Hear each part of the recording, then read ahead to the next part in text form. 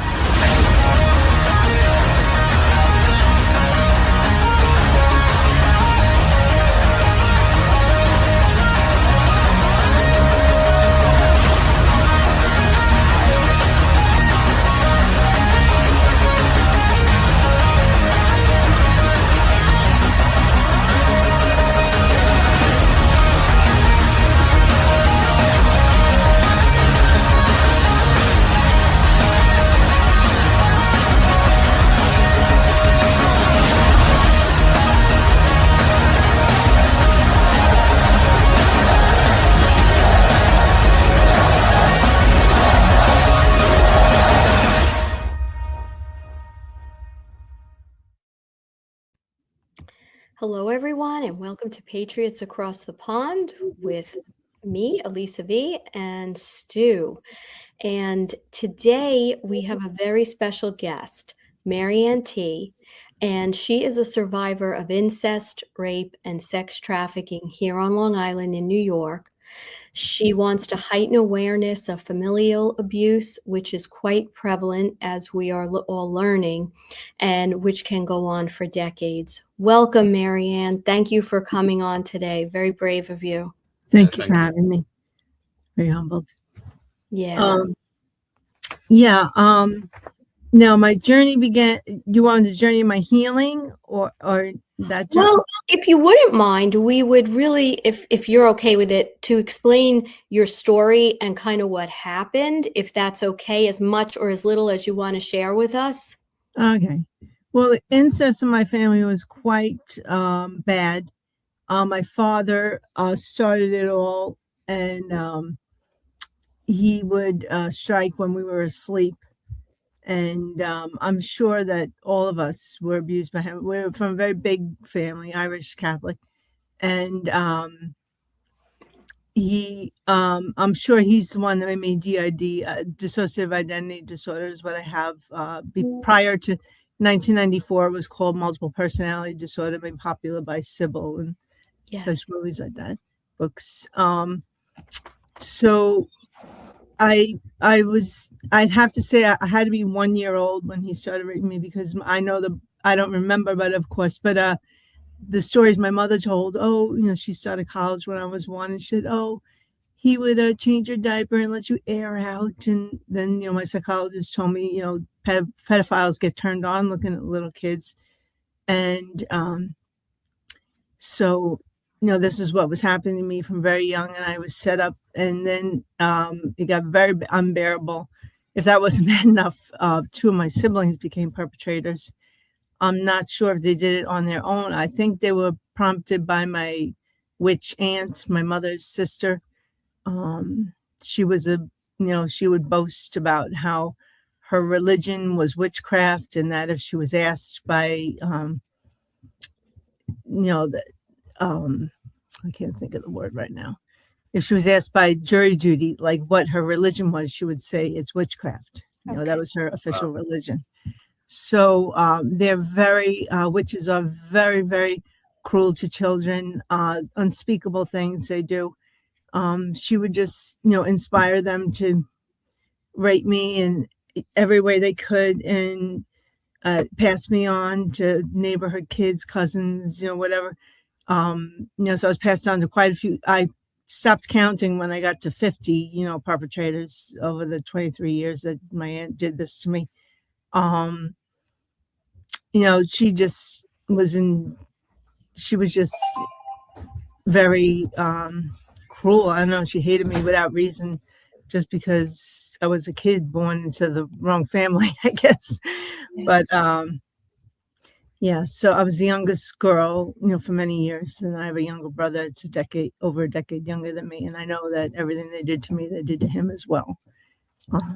Wow. But Can I ask you, did your mom know about this, or was she oblivious, completely oblivious.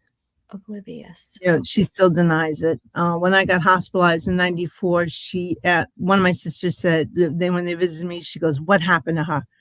And she goes, "Oh, nothing. This just happens in our family." And that was the end of it. Oh, You know, wow. total denial queen. She won't acknowledge any kind of incest or abuse. She doesn't even remember the physical abuse, and we all remembered that. I mean, he used to beat my 4 oldest until they had concussions and bruises. Can I just ask, was your mother abused as well?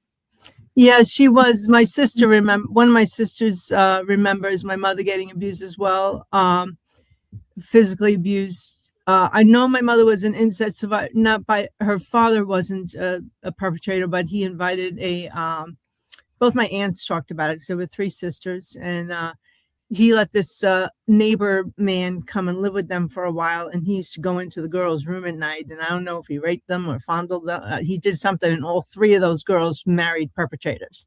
So, Wow. and then my aunt became a vicious perpetrator herself. Yeah. It just goes on. And your aunt that you're talking about, the one that's the witch, she's on your mom's side? That's on my your mom's side, yeah.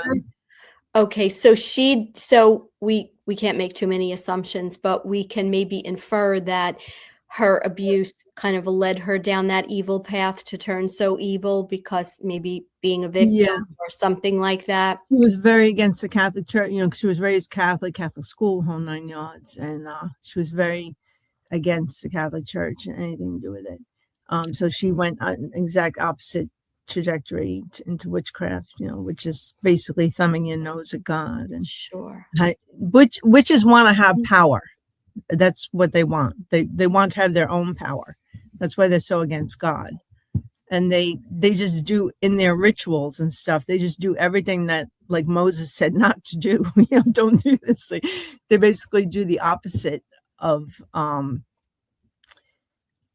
what Jesus said and what Moses said. You know, they do everything. They worship incest and human sacrifice. That's their biggest forms of worship. Okay. And did not that I want to spend too much time talking about your aunt per se, but was she involved in those practices as well of human sacrifice? Yeah, human sacrifice and all that. Yeah, that I didn't get those memories until I was in my 50s. The SRA memories. I knew that she had name switched me. She when I was 17, I spent a month living with her, and there was no abuse from 15 to 16 because my sister was away at college, and my aunt was living on the other side of the world, so they had no access to me. But when I was 17, my aunt moved to California, so she moved back to the States, and then she did her next worst. I'd say the worst abuse happened between 4 and 9. With her? With her and my brother and sis, her telling them what to do to me, because she would come back, she would visit. She had moved when I was 6. She moved to the other side of the world with her husband's job, and she visited every 2 years. And I used to dread when she visited because she'd come back with these torture methods that were unbelievable. I wouldn't even say what she did because it would trigger people who are watching that may be survivors. But just the worst you could imagine. That's what she did. She had a wicked imagination, really wicked imagination, my aunt. Is she still alive? No. She died in early 2000s. Yeah. Okay. Can't hurt any more children. Yeah. So when just so we understand the chronology, so the abuse started with your dad. My dad. Then my aunt inspired my brother and sister. They were 7 and 6 years older than me, my sister and brother. They were a lot older than me, so they overpowered me, and they would do it together. So, and you believe that they were spelled in some way or mind controlled by her?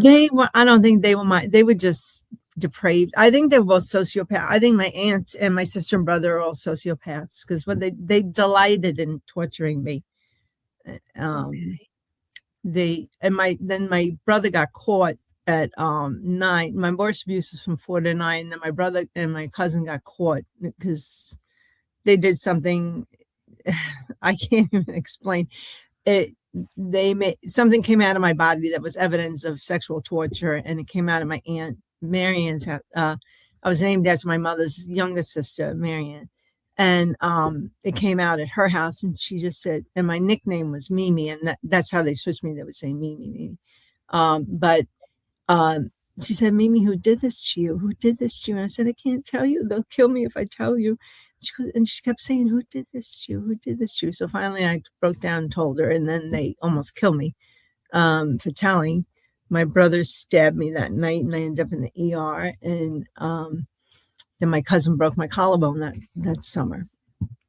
So I learned not to tell. You don't tell. Yeah. Now, you said when your aunt went away, then she came back, and from 15 to 16, there was no abuse. There was no abuse, but at 17, you used the expression she named switched you. Can you explain that to me when we were talking? But I don't think people understand that. Yeah, what she did. Yeah, basically, well, from 4 to 14, they used hypnosis to switch me. I'm very hypnotizable, and they would switch me to an amnesic state using hypnosis, and then they'd abuse me, and I wouldn't remember anything. Okay. And before that, it was sheer abuse would switch me to an altered state. But they found it easier to hypnotize me because then I didn't fight. I just laid back and did it. So, yeah, when I was 17, she had to get more creative because they couldn't sit there and hypnotize me. But I was sitting in the bedroom, this spare bedroom in her apartment, and she comes in with this big hypnotizing device, and she puts it on the desk, and the balls will go in and everything. And she goes, Mimi, look at this. I go, why? And she goes, it'll relax you. So I look at it, and then she comes in, she's like, Mimi, and she sees I'm switched, and then she brings her black magic book, and she's getting ready to, put her spell on me, but she wasn't counting on my protective altar, because my protective altar was Mimi, and she was a Christian from very young, from 4 years old.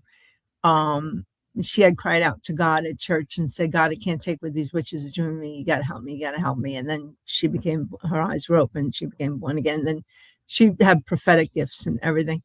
But she started prophesying to my aunt when I was 17. She goes, she starts reading the spell from the book. And then Mimi interrupts her, and she goes, God can talk through a donkey. He could talk through me. And then and she went, stop talking. And then she goes, you're not worthy to be reincarnated into a cockroach to be crushed under my feet. Wow. And she went on. And my aunt wasn't expecting this. She didn't know how to handle Mimi, but she was patient. So she waited and waited and waited. And Mimi said to her, I'm going to graduate high school. I'm going to graduate college. I'm going to get married. I'm going to have kids. And there's nothing you could do about it, witch.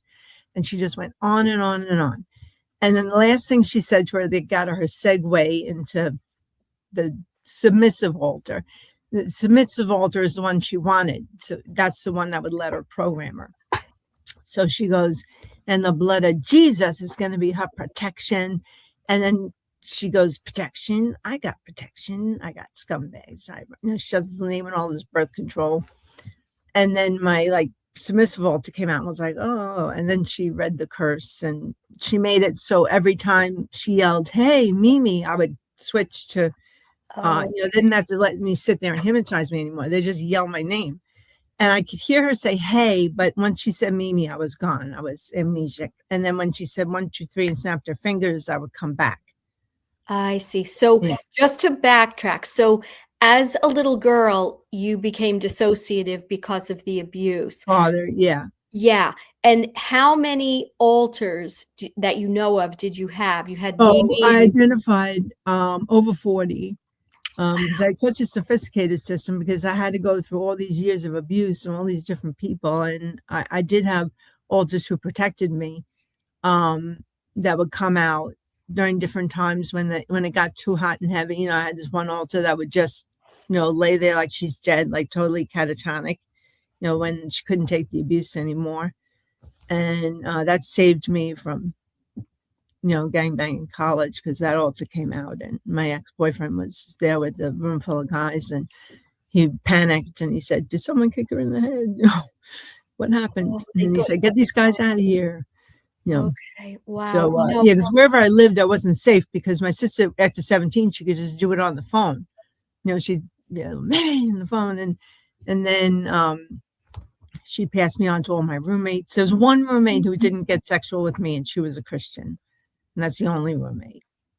All the other ones, did that menage a trois with their boyfriends, and because you were in this state, because they were able to control you. my sister would recruit the new roommate every year.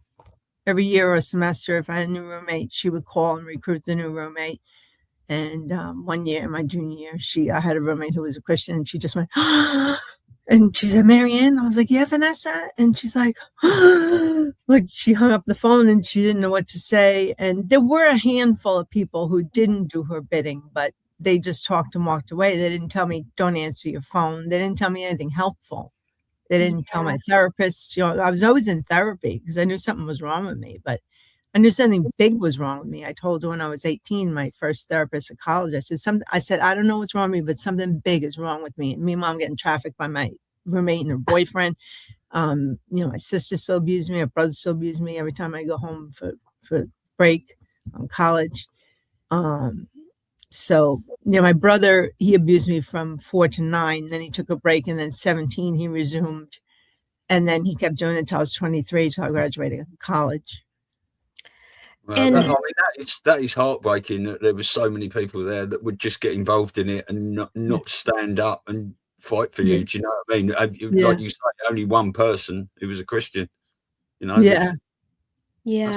But there were other people God sent me, but they didn't know how to protect me. Like they had to get me to if you ever meet someone who's GID and name switch, don't let go of them until you get them to a safe place. I mean, they have to. There has to be a safe. If they're obviously under cult control, if they name switch, because that's a mind control method. Okay. And so, I mean, that's just one of the tricks the cults use to control. But they can control with sense. They could put perfume on a letter and make you call them, and they could. I mean, today I pray for my people today because people like me, because today you have digital photography and cell phones. I mean, imagine if I had a cell phone when my sister was calling me. I mean, I had, it was landlines. It was nothing but landlines. So God protected me, even though I was in this horrible place. I felt like he was with me and carrying me through it all, because there was times, I'm sure, where she couldn't get in touch with me on the phone, that I was out. And I just feel like, God lifted me out of that and held me close. And, it went on, and he praised. I said, "I'm sorry this has to happen," but, it's free will.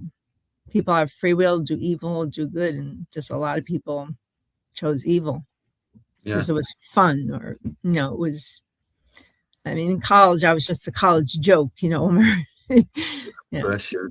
I mean, we had Laura early on. She was discussing the same sort of things, and she was telling us how they, switched her, and she, at night, throughout the night, she lived a completely different life than she did throughout the day. And because they switched and do all this mind control, she never felt tired with it, because they put her into a new body or a new mindset. And when they switched her back, it was like she'd been asleep all night. Where she had, and I would get tired when she did it to me at the Christian camp. I would say, "I'm going to bed so early, and I'm so tired. I don't know why." And I worked at a Christian camp one summer, and when it was my sister's birthday, I had 3 sisters with birthdays around the same time, so I just sent them all cards, and something inside me told me to give my home address, and I didn't. I put the camp address, and right after that, she got the letter. She called the camp, Wow. And then she was recruiting 16-year-olds, and I was 25, and I'm getting molested by 16-year-old boys, one from my church even. And that's how. Well, it's good that happened, because that's how the priest found out. Because I switched. Because when I would see a perpetrator, sometimes I would switch, without being. It triggered you. It triggered me, yeah. Okay. So he was in the church. He walks in the door, and I go, "Yeah," I asked him. His mother was like, she didn't notice. And then she must have got a confession out of him. And he went to, because the next time I was doing pastoral counseling with Father Jeff. Father Jeff was very instrumental in my healing. And he said the name, and then my submissive altar propositioned him, and he goes, "No, I just want to talk." And then he asked me something that no one had ever asked me before. He said, "How did you get like this?" And she just goes, "My aunt's a witch." And then he goes, "Marianne?" And I'm like, "Yeah." He switched me back, and he goes, "Did you have any witches in your family?" I said, "Uh-huh. My aunt. I lived with her for a month when I was 17. And he just goes, And then like a couple months later, he found this guy, Ralph Gilbert, to come to Long Island and do a retreat on MPD. So it was 93. I was pregnant with my daughter at the time. And so they were naming all these things like that are signs of people with MPD. And I kept elbowing my husband and going, "I do that, but I don't remember any sexual abuse." And so I was aware of the symptoms and that I had the symptoms. And one of my sisters, my good sisters, had called me and told me a story about my father sexually abusing her. And I believed her immediately. I said, "But I don't remember anything. I don't remember him ever touching me or anything." I knew he was a violent alcoholic and, stuff like that, but the obvious stuff, but the sexual stuff was under the surface. I didn't get one sexual abuse memory of my father until my daughter was 2 weeks old. I got a memory of him touching me inappropriately, but it wasn't rape. It was just touching. And for years, I downplayed his abuse and said he just fondled me, but he had to have raped me. I mean, he had to have. I mean, that's was who he was. Yeah. He didn't just fondle.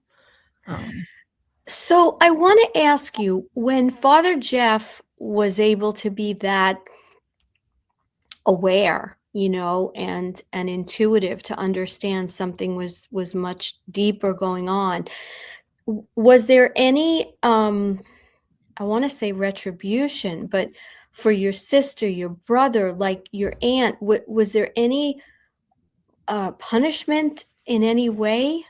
No, nobody went to the police or anything. And by the time I went to the police, when I got my memories in 94, the law in New York State at that time was that if you were sexually abused, you had to report it by the time you were 23.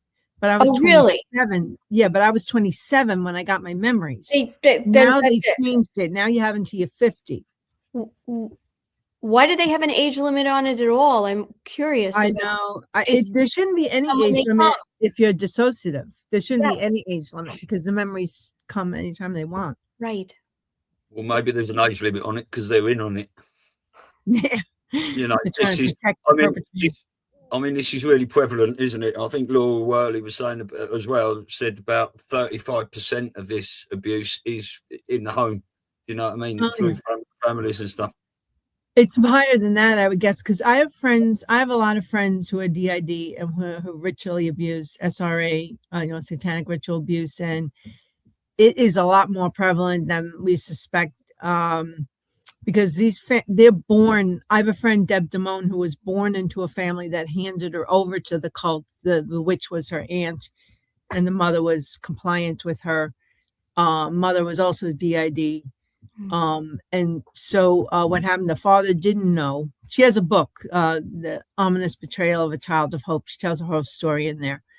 But she, in her book, she talks about how the father didn't know they moved away. They moved to Long Island from the city, and they moved away from the cult. So the cult never had any more access to her.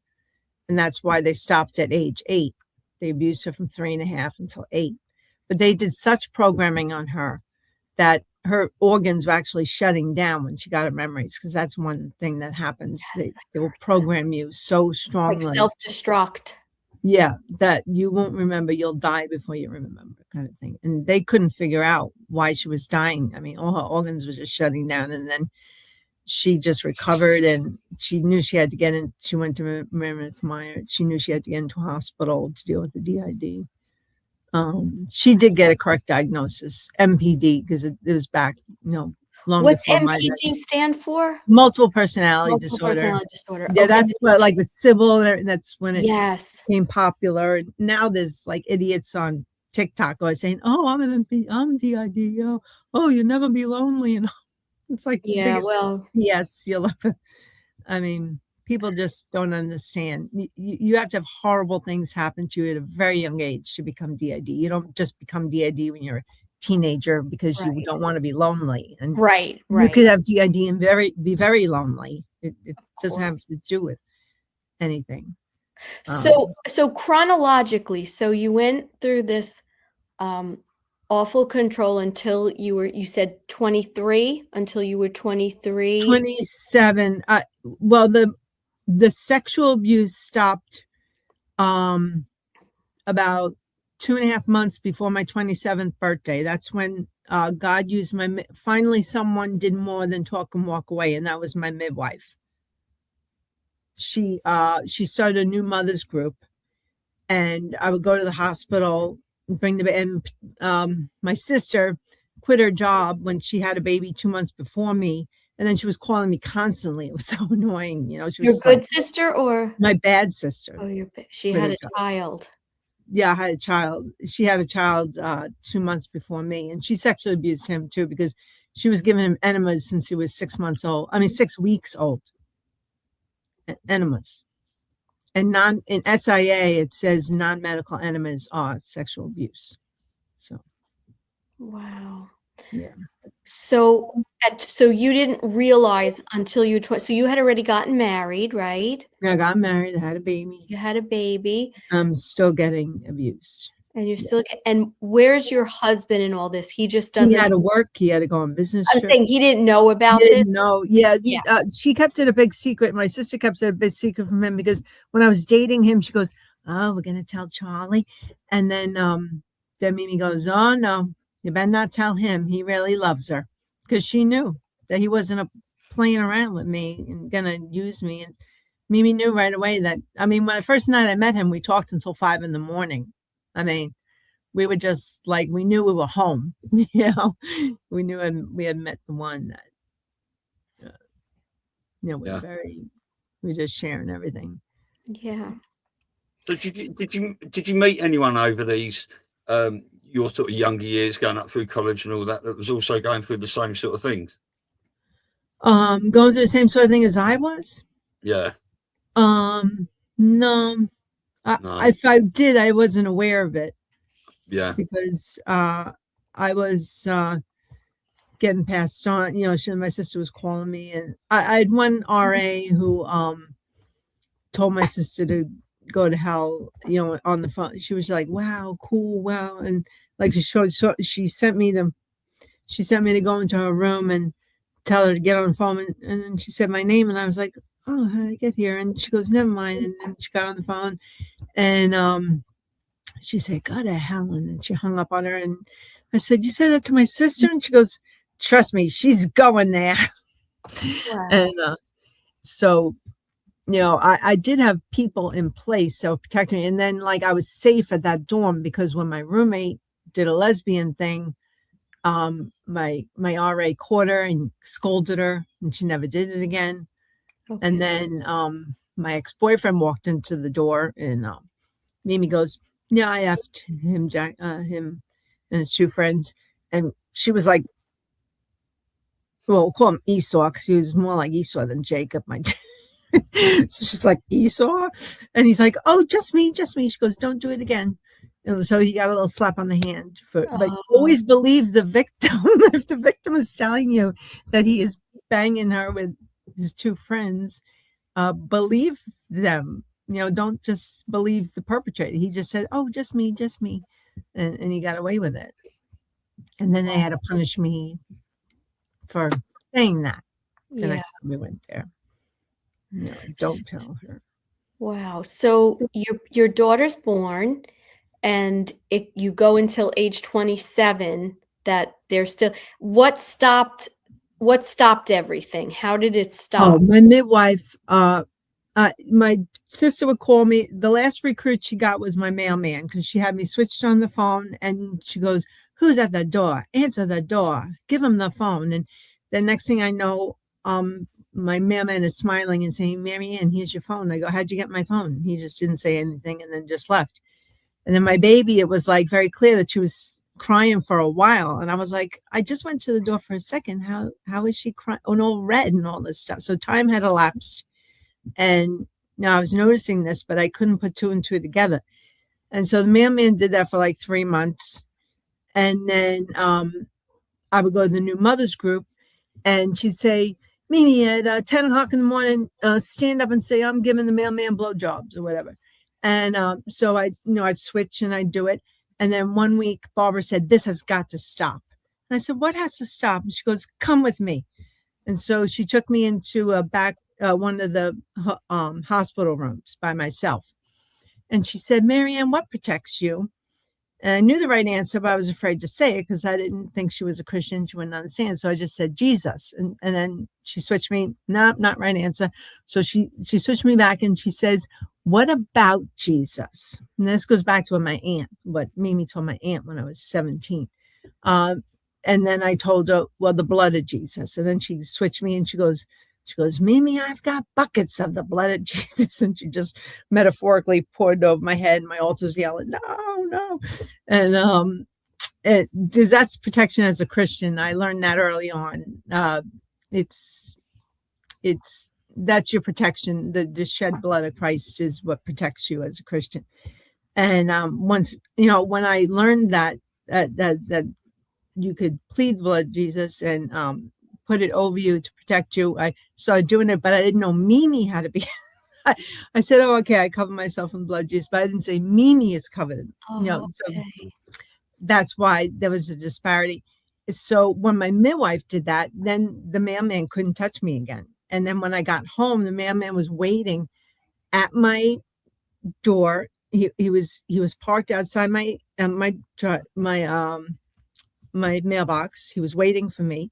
He approaches me. I was going to bring my pocketbook and the baby bag in and then come back and get my baby out of the car. It was winter. It was March, mid-March. The ice was melting.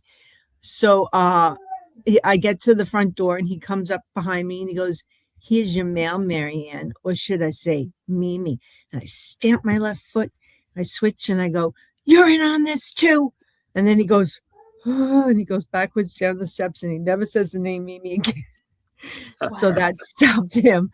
And so, and then my sister calls the witch, to find out how to stop this, so she calls me back and says, "Just take the blood of Jesus off." Mimi's like, "You can't take it off. It's on. It ain't coming off."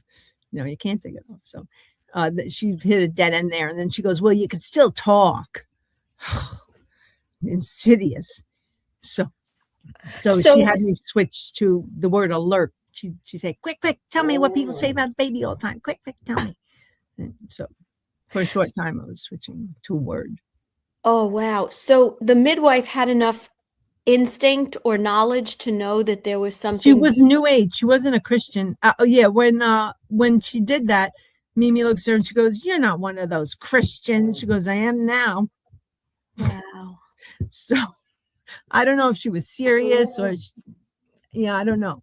But she knew something wasn't right. She knew something wasn't right. And, I kept standing up and saying, "I'm doing this." And she knew first she asked, "What protects a baby?" And my altars were like, "I'm not saying." And then she asked me, she said, "Marianne, what protects you?" And then I was afraid to say, I thought she thought I was cannibal if I said the blood of Jesus. So I just said Jesus. And then she went to my altars. Nope, not right answer.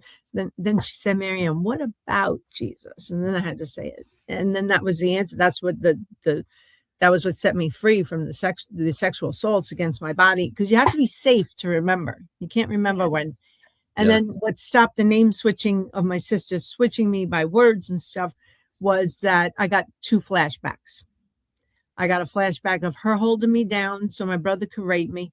And then I had a flashback of her doing lesbian abuse when I was 4 years old. Okay. So when I got those 2 flashbacks, she called me and she was like, "Mimi." I'm like, what are you yelling my name on the phone for? What's the matter with you? And then It she had goes, broken. It had yeah, it was broken. broken. The power of my mind was, and then she just went F, F, F, F, F. She was saying the F word over and over again. And I was just like, And then I was getting upset every time she called me because I knew about the sexual abuse now. And I'm like, I don't want to talk to her, but I didn't think I had the right to hang up on her. I was so intimidated by her. And, she controlled me for 23 years. Yeah, it's a process. So that was a massive turning point then for you. Yeah. Yeah, that was a mess. She still calls me, maybe a family together. And I'm just like, I told her a million times, don't call me that name, but she still does it. But it has no control over me anymore. So she calls me, so she's blue in the face, and she's never going to switch me again. So you still have interactions with your family? At funerals or birthday party, my cousin had the last time I saw her was 2017 when my cousin had a first birthday party for her daughter. She was 47 when she had the baby, so she was very late pregnancy. But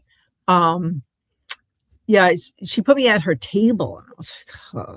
And then my other sisters and my aunt and uncle were at a different table, and they had 2 seats available. And they said, "You want to sit with us?" And I said, "Yes, I do." So we had to switch the table, but.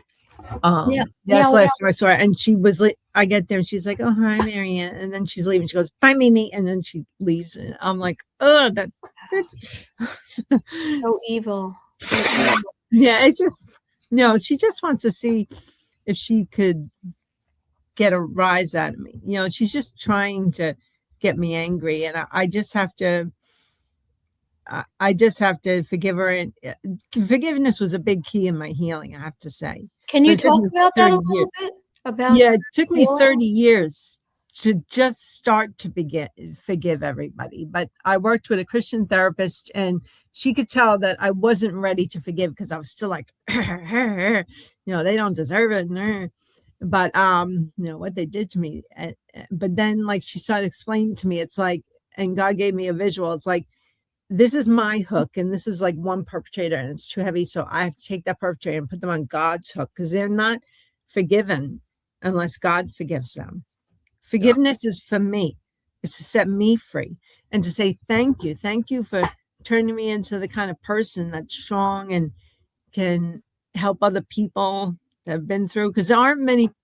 I know a lot of people in my circles, for years the first multiple I met was at my church. I switched churches because one of my perpetrators, the wolf in the church, was a very successful recruit of my sister's. I met him on a retreat of all places.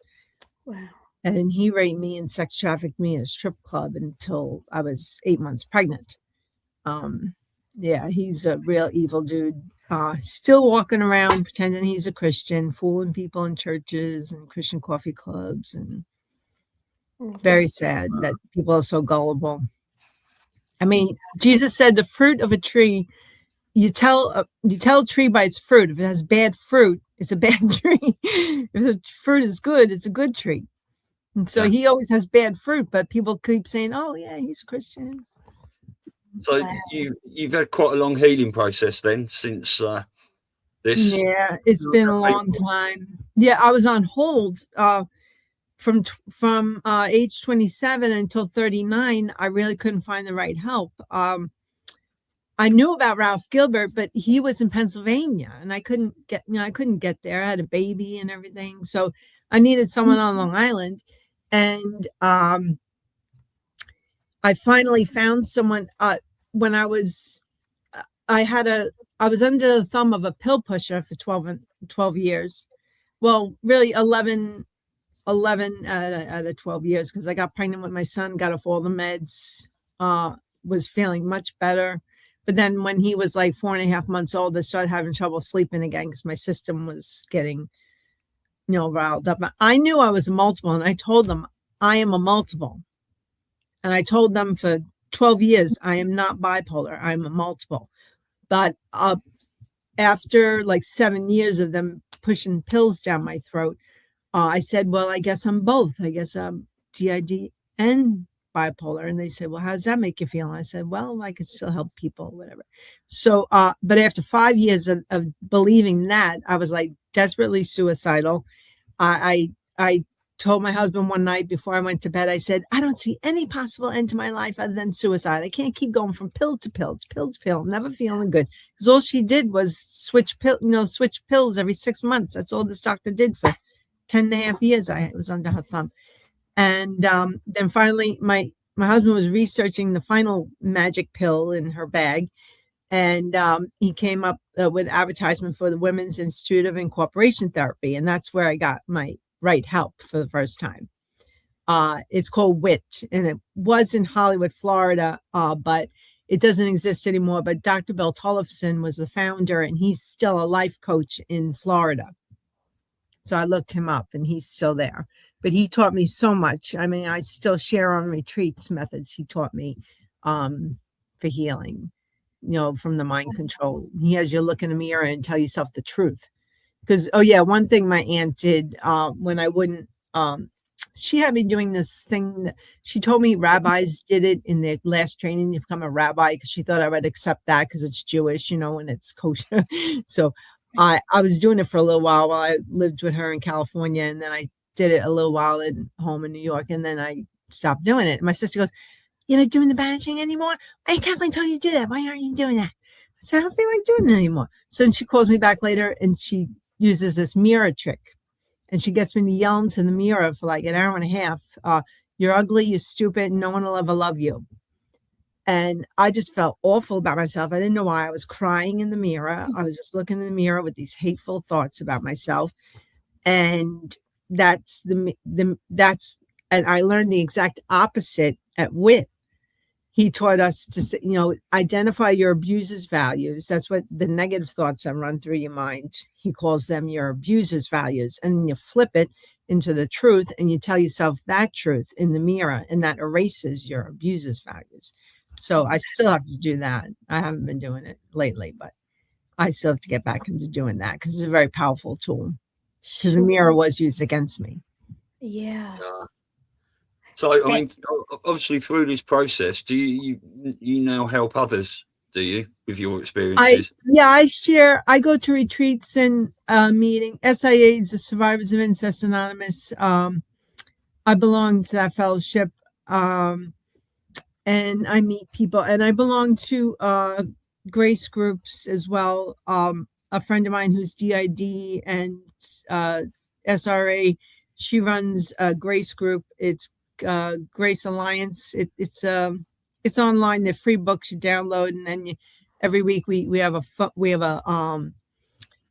a free call, on a landline. You call in, and it's free, and we have a group on the phone, and we answer questions and share and how a week's going and prayer requests. And I like that because it's a Christian group, because I'm kind of, SIA is kind of I like helping people and learning new tools going there, but it's not as helpful because it's not a Christian-based support group. So I get more out of the Christian-based, because then you have people actually praying for you, Sure. Specific needs and stuff, and you can feel those power of those prayers. Yeah. My question is, if someone is under control or being abused, they don't know it many times, right? Okay, so that's a really big problem. So the shout out almost has to be to alert people on the outside to be able to maybe identify something to then intercede somehow to help someone. So what would, if there are any signs? There are signs, yeah. I have 7 signs. I think that's so important, especially we're doing this. That's what I was going to ask. We want people all around the world to know what to look for. Yeah, definitely. Most survivors are diagnosed with depression, anxiety, bipolar, schizophrenia, and before the real diagnosis is found, and the meds and therapy are not improving them. Okay. They're on these meds. They're getting told you're depressed, you're anxious, you're bipolar, you're schizophrenic. I was told when I was 21 that I was depressed and anxious, and they put me on antidepressant. But what was really happening was my boyfriend was gangbanging me with his friends upstate. And that was giving me anxiety and depression. If he would just lay off, then I wouldn't need medicine. So, and then sudden shifts in emotional states, like if they just get really angry. Because example of me that happening with was, they knew me at Al-Anon. I was part of Al-Anon for many years. That was like my faith was 12-step groups back in college. I didn't go to church or anything, but I went to 12-step groups, ACOA and Al-Anon and CODA and stuff like that. And I came to the meeting one night very angry. And one of my friends there recognized that this isn't the Marianne we know and love. This is another personality. And he recognized it right away. I don't know how he wasn't trained in it, right? He was a fireman, but he recognized that this, the things I was saying, all sexual things. And he realized this is not Marianne. This is another. And I was saying my name's Mimi. And he had me sit down. He goes, "Welcome, Mimi." And she's like, "Really? Welcome, sit down." And then he stood over me and he goes, "Now I want to talk to Marianne." And he kept saying it until I came back. And then I said, "How did I get here? What's wrong with me?" And he goes, "There's nothing wrong with you, but there's definitely something wrong with your sister." And so everyone started laughing when he said that. And I didn't get it, because I wasn't there when I was saying my sister told me to come and say this. And but after that, it became, to switch me back, you just had to say Marianne, because my friend did that at Al-Anon. Wow. They didn't have to say, they could do either 1, 2, 3 snap your fingers or Marianne, but when I was a junior in college, that's when it became Mimi Marianne. Yeah. So sudden shifts, emotional states, inability to make eye contact, incoherent sentences that just don't sound like they go together, contradictory statements, unexplainable physical system, like if you get someone who, like Deb, or systems are shutting down and there's no physical explanation for it, the doctors can't explain it. Stomach aches, headaches, tension, fibromyalgia, these unexplained pain things. And the last one is sudden physical withdrawal. Just be really, I had an altar that was curled in a ball that was just would curl up and go like that, and come out when things got too hot and heavy. Yeah. So, I mean, if someone is on the outside and they start seeing any of these signs in someone else that they might feel that has, got issues in their family or things like this, what would be the best advice for them to be able to help, or what can they do? Get them to a qualified therapist, I would say, or if they're really under cold control, really bad, try to get them to a safe hospital, because some hospitals are just demonic. I mean, I've been hospitalized. They're just evil places. But there aren't many choices anymore. But sometimes this work is best done outpatient. But if somebody's really, psychotic, like I was, I had to be inpatient at a useless hospital. And but Dr. Marlene Steinberg, her book is really good for a newcomer to read. It's called Stranger in the Mirror. She talks about 2 cases of DID and 1 case of, she called DDNOS, but now they've renamed that OSDD. It means otherwise specified dissociative disorder. She gives an example in her book of a woman who was raped once at 14, and she got OSDD from that one rape. And you could require up to 5 years of the right therapy to get off the continuum and not be dissociative anymore. It takes a lot longer for DID. I mean, I've been in therapy. I didn't get the right therapy until I was 39. And then 5 years into the therapy, my therapist died suddenly. But he was a colleague of Dr. Marlene Steinberg. He put me in touch with her and got me to read her book. And he really encouraged me a lot, because he got me to publish some articles for Many Voices Press, and tell him about my story of misdiagnosis and about the method with the mirror method that Dr. Bill taught me. I published articles about that. So he got me really involved in that. Unfortunately, that's not around anymore, because the woman in charge died of cancer. So there's a lot of these publications in hospitals aren't around anymore, unfortunately. But there are still a few. There's one in Texas, I think, a DID hospital. You could do a Google search probably and find DID hospitals. But I mean, if someone just needs to be in a safe place, if they're not safe like being out in the world. They just have to get to any hospital so they can be in a locked ward where they won't hurt themselves or someone else. But to get them out of there and get them the right resources right away. One of the first things I did when I got the right help is I made up a dissociative disorders resource list. And I wrote a letter to my old therapist, the one I had in college. I said, did you ever know that I had multiple personalities? And she goes, no, I never knew that. So I made up this list and I mailed it to her because, you have to, if a therapist is not trained to see these things, they're not going to be any help. Because I was in therapy. I was always in therapy, but no one told me that there has to be a qualified person. And you have to go through years of training to be qualified with DID. And you have to be constantly getting new training and you have to be on your game. I have a therapist right now in Long Island who, she is the most resourceful therapist I've ever had. And I have two therapists because I have, Dar is one trained in SRA. Because you have to have a Christian for the SRA stuff because this is demonic that you're fighting powers and principalities. It's not, you can't do it in the flesh. So I have Dar. I see her on Zoom once every other week. She has narcolepsy, so she can't see clients every week. So I see her once every other week. And then on my off weeks, I see Lori, who is my very resourceful DID therapist. But it took me 5 years to find her after Harold died. Harold was, he was my favorite by far. My oldest just really trusted him.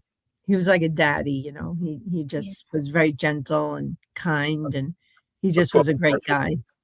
A proper daddy. Yeah, he was like my daddy I never had. So, I mean, you're an inspiration coming on here, and you seem to be quite happy in life now. How are you feeling, and what's the future hold for you? Well, I have 2 children. I have 5 grandchildren. Oh, wow. And our goal is to buy houses near both of them when my husband retires in 3.5 years. Hopefully he'll retire. He's a very hard worker. I have never been able to hold down a full-time teaching job. I went to school to be an English teacher, but I've never had, I had per diem teaching jobs. I can never support myself with a job because I can't get up at 5:30 in the morning for 30 years, because one of the common things to someone who is dissociative is you have trouble sleeping. That's why we need the meds. A lot of survivors need meds. But with my future, I think is going to be better than a lot better than, I think the second half of my life is going to be a lot brighter than the first half of my life, because I have my 5 grandchildren, and I'm going to have more because my daughter-in-law wants a big family. And my son is talking about they wanted to take an adventure and move to Alaska, and that's going to be an adventure going to Alaska with them. And so I think it's very bright, my future. We're going to build a house. My daughter lives in Connecticut, and we're probably going to build a house on her land. She owns a lot of land, and we'll live right near my 3 grandchildren there. And I really would like to go and travel and tell people about how to get the right help and make them aware that I think it's the most common form of sex trafficking is the cults. Yeah, I'd say, because they've been around since Adam and Eve. I mean, they've been around a long time, and they're very well established and organized, and they have a lot of money, and they have people of influence. They always have doctors, lawyers, law enforcement. They always have these people in their group, and just to make people aware that these are in your communities. They're in every major city. They're the CIA trains multiples. If you want to read a good book, Nathan Reynolds, he's on YouTube. He wrote this book, Snatched from the Flames. And he was he was ritually abused by his family. And then he was trained by the CIA to be an assassin.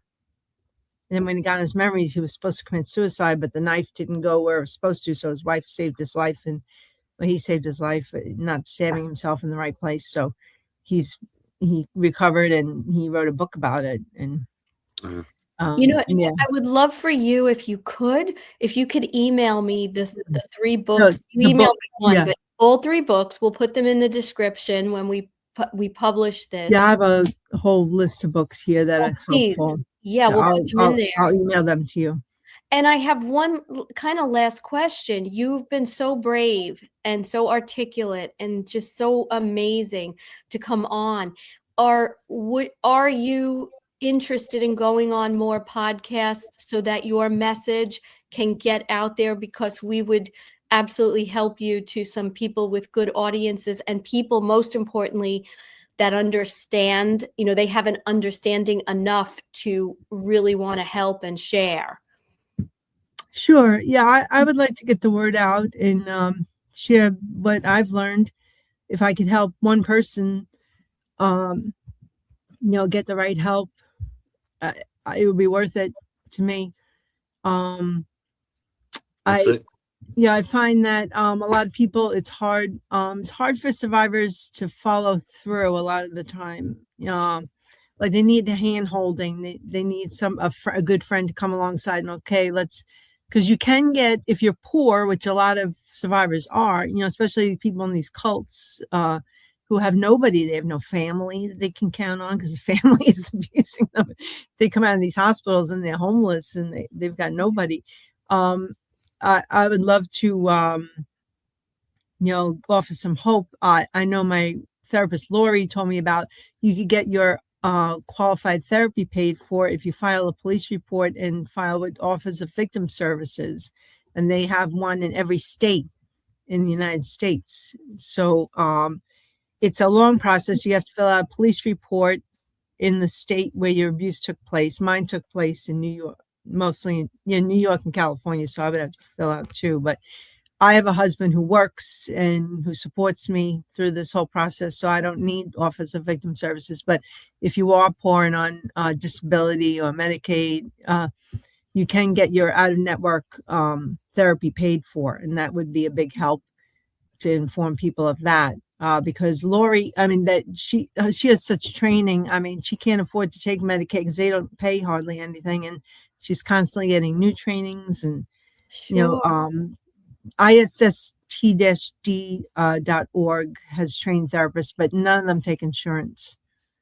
Yeah, they're very expensive. Like $150 an hour is like the cheapest you'll find. Yeah. So they're very trained, but you need somebody trained. You can't just go to any therapist that is on your insurance because they're not going to know how to help you. Yeah. You'll just be spinning your wheels. So if I could get the word out about Office of Victim Services, how they'll help you, and the resources I've made that have helped me. I'm sure we can put you in touch with a few absolutely lovely podcasters that we've chatted to. So, yeah. Oh, great. That'd be amazing. Well, thank you so much for coming on. What you were saying at the start, it's all anti-God. I always play an outro video at the end, and we've played a Lara Logan video a few times talking about this cult and how they are just anti-God. So I will play that at the end. It's 3.5 minutes long for anyone that hasn't seen it, but it's an amazing video. But thank you so much for coming on. Yes. God bless you. You're welcome. Thank you. God is with you, and your story is remarkable. He's carried me through this time, definitely. Yeah. Good. I wouldn't be here without him. I would have died when I was 4 if it wasn't for him. Yeah. Really. Brilliant. God wins. Thank you so much, Marianne. Yeah. Okay, you're welcome. Thank you so much, Stu and Elisa. Love not fair, everyone. We'll see you later. Bye. Take care. I met someone who I'm dying to have more time with. But this person's job for many years was to infiltrate what you call the global elites. What I would say to you, I no longer use that term for the most part, because this person taught me that they're not elite, they're a cult. That's what they are. That's a good term. They're a global cult. And why does that matter so much? Because it's accurate. It's about who they really are and what they really want, where they're taking us. They're not taking us to a world, of elites, right? They're taking us into the dark heart of a cult where, what do you have? You have people whose one single most important defining objective is to eliminate and eradicate God. Mm. And I'm telling you, this is what this person who spent years, he had to read. Apparently they have all this works and teachings and literature and so on and so on. I mean, he spent 2.5 years just studying everything from the rituals to the traditions to the ideology and so on and so on and so on, in order to be able to successfully infiltrate them at the UN level, right? I can't tell you which faction he was part of. I don't want to give too much away. But because one of the things I asked him is, I said, I get it, but I don't get it. The children. You got to, I have such a problem with this. You got to explain this one to me. And he said, well, first of all, you're looking at it the wrong way. I said, what do you mean? And he said, well, they don't define children the way you do. They don't define the world the way you do. The choices that you face are not their choices, right? They look at it completely differently. And I said, well, okay, so how do they look at it? And he said, for them, everything is defined by their one fundamental, all-consuming purpose. I said, which is what? He said, to defeat God, right? Because this is the moment. I mean, for them, it's about the real God. The true gods are them and Satan. They're right. And so he said, Definitely children are the closest thing on earth to God, because we are created in the image of God. And as you know, from the moment we're created, we haven't had time to be corrupted and to stray. So for them, the younger you are, the closer you are to God, the more pain they can inflict on God. So the more you can make a baby or a small child suffer, the greater your victory over God. And that is the only consideration for them. Outside of that doesn't exist.